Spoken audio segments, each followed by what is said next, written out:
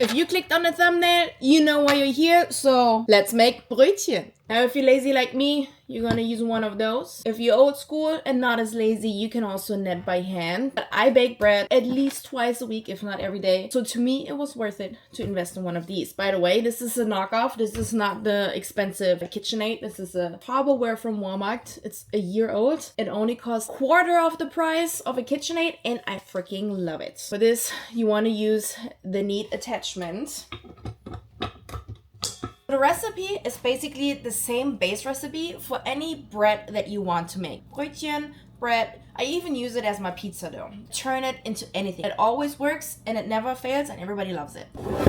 For one loaf, you need 500 grams of flour.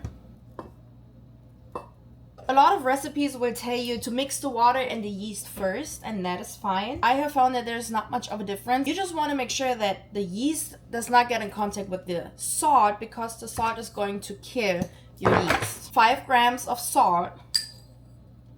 And then we're just gonna give this a little mix. In the meantime, I'm gonna heat up my water because we need 300 milliliters of lukewarm water. 10 grams of olive oil,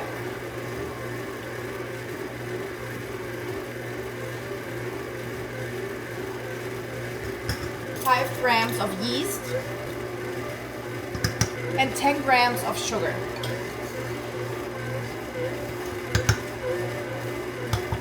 Now you can make this without sugar. I did make my bread without sugar for over a year and it worked just fine. I just recently added a little bit of sugar to my bread and I found that it just makes it much more fluffy, and that's because yeast actually feeds off of the sugar. Since this takes a little while, we're just gonna make some iced coffee because everything is better with iced coffee.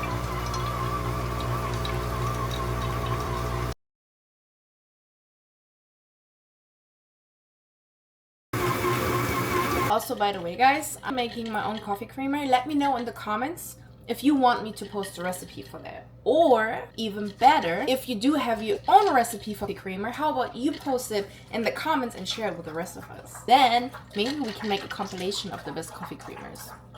Dough. It's looking good. The best way to test if your dough is good or not, you take a little piece and you stretch it. If it stretches without ripping right away, the dough is good.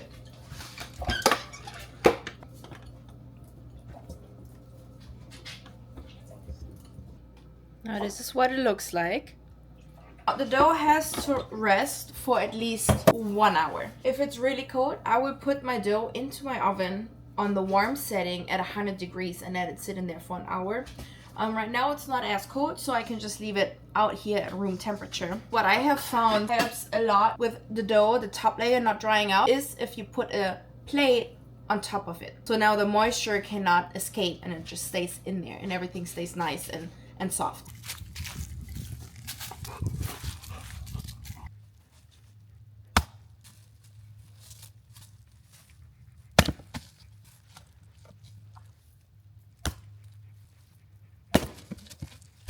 Ooh.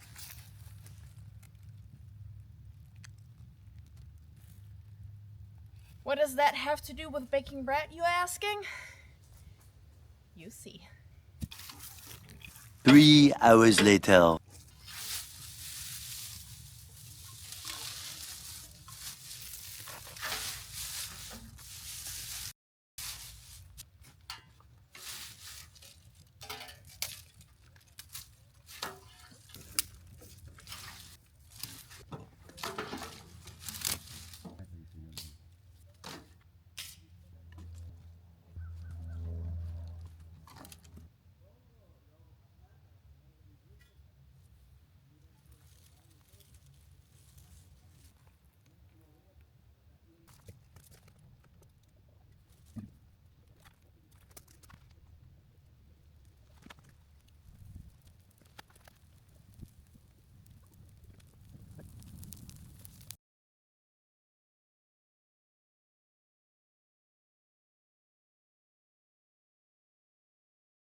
As you can see, this beauty has risen quite nicely in the last hour. I made 2 portions of dough. So I'm gonna make 1 big bread and I'm gonna make 9 Brötchen. I'm just gonna spread a little bit of flour on my workstation.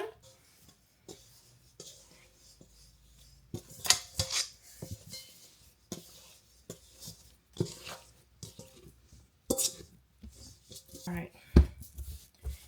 And now what you want to do is stretch the dough. Stretch the dough. You do want tension on the dough.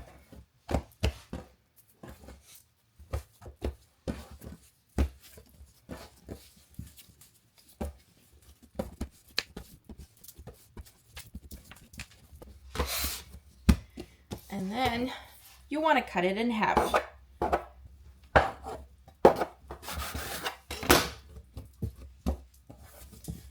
So one of them is going to become my bread.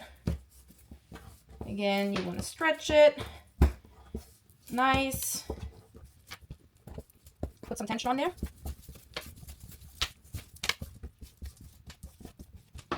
A little bit of flour. When you put it in your form, you want to make sure that the smooth side is on the bottom. Cover it up. And now it has to sit for another at least 20 to 30 minutes. So I'm going to use that time to heat up my cast iron in the oven at 410 degrees. Back to the Brötchen. And now you take your sack dough, stretch it again, and cut 8 to 9 pieces out of it.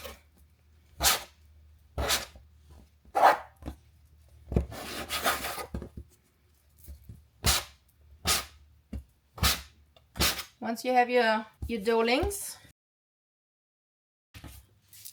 you want to put tension on the surface, so you just roll it. And I would suggest to do this without flour so the dough gets a little bit sticky and it's easier to roll.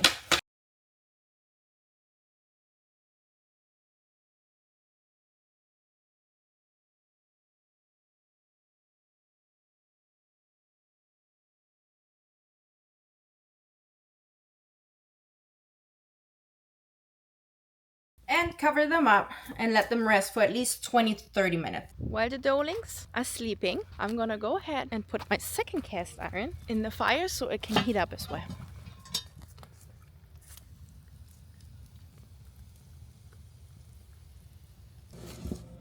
Here we've got our first baby. You can put parchment paper on the bottom, but you don't have to. If you don't put parchment paper on the bottom, you get much crunchier. If you do put it on there, it usually is a little bit softer. Big moment. Flip it. You want to take a really sharp knife or razor blade and cut a little slit in the top.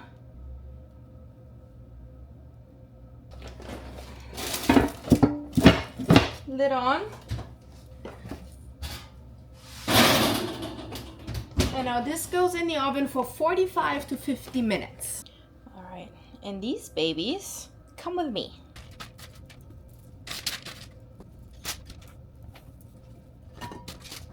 Same story. Take a really sharp knife.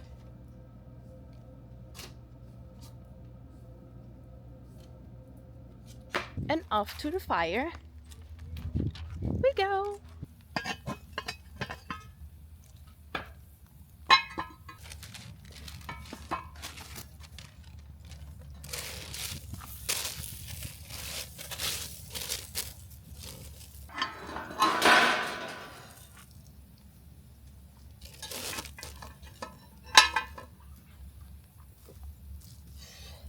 I'm gonna cut that out. All right.